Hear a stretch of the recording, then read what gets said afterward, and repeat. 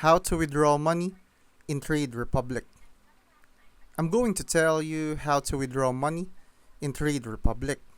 First, open the Trade Republic app, tap on the profile icon, and go to Account. From there, select Payout or Withdraw Funds, enter the amount you want to transfer, and confirm. The money will be sent to your linked bank account, usually within just 1 to 2 business days. Just make sure your bank account is verified and linked properly. Trade Republic only allows withdrawals to your registered IBAN, so no third-party accounts. You can also withdraw money from any ATM accepting Visa card worldwide. You can withdraw money in any currency and it will be converted into euros before debiting your account. Some ATMs may also offer to do the conversion themselves.